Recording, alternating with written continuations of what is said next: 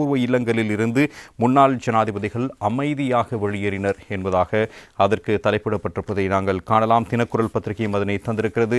சந்திரிகா மைத்திரியும் வீடுகளில் இருந்து வெளியேறினர் என்பதாக அதற்கு தலைப்பிடப்பட்டிருப்பதை காணக்கூடியதாக இருக்கிறது. தமிழன் பத்திரிகையும் இது குறித்த தகவலை தந்திருக்கிறது. அரசியலை கைவிட மாட்டேன், விஜயராம இல்லத்திலிருந்து வெளியேறினார் மஹிந்த என்பதாக அதற்கு தலைப்பிடப்பட்டிருப்பதை நாங்கள் காணலாம். ஏனைய சிங்கள நாளிடுகளிலும் இது குறித்த தகவல்கள் பிரதானமான செய்திகளாக வெளிப்படுத்தப்பட்டிருப்பதை நாங்கள் காணலாம்.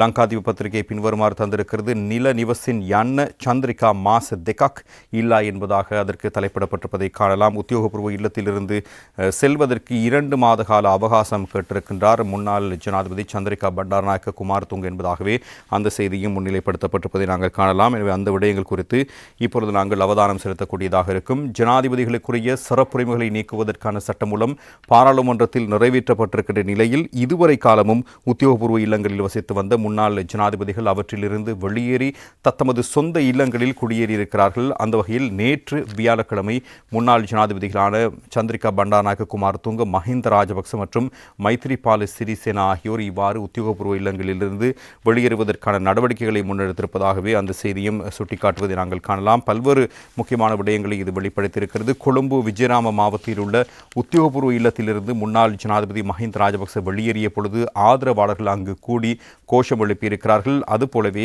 அவர் அங்கிருந்து வெளியேறிய பொழுது முன்னாள் அமைச்சர்கள், பாராளுமன்ற உறுப்பினர்கள், பௌத்த மத தலைவர்கள் உள்ளிட்ட பல முக்கியஸ்தர்களும் அங்கு வருகை தந்து அவரை சந்தித்திருந்தார்கள். சிற ராஜதந்திரிகளும் இவ்வாறு முன்னாள் ஜனாதிபதி மஹிந்தவையும் சந்தித்தாக தகவல்கள் வெளியாகியிருப்பதை காணக்கூடியதாக இருக்கிறது. காலை முரசு பத்திரிகையும் இது குறித்த தகவல்களை பிரதான செய்திகளாக தந்திருப்பதை நாங்கள் காணலாம். கொழும்பிலிருந்து வெளியேற்றப்பட்ட மஹிந்தவுக்கு தங்காலையில் பெரும் வரவேற்பு என்பதாக அதற்கு தலைப்பிடப்பட்டிருக்கிறது. குறிப்பாக இவ்வாறு விஜயராம இல்லத்திலிருந்து வெளியேறிய மஹிந்த ராஜபக்ச தங்காலையில் உள்ள கால்டன் இல்லத்திற்கு சென்றிருக்கிறார். அங்கு அவரை வரவேற்பதற்குரிய ஏற்பாடுகளும் செய்யப்பட்டிருந்தன.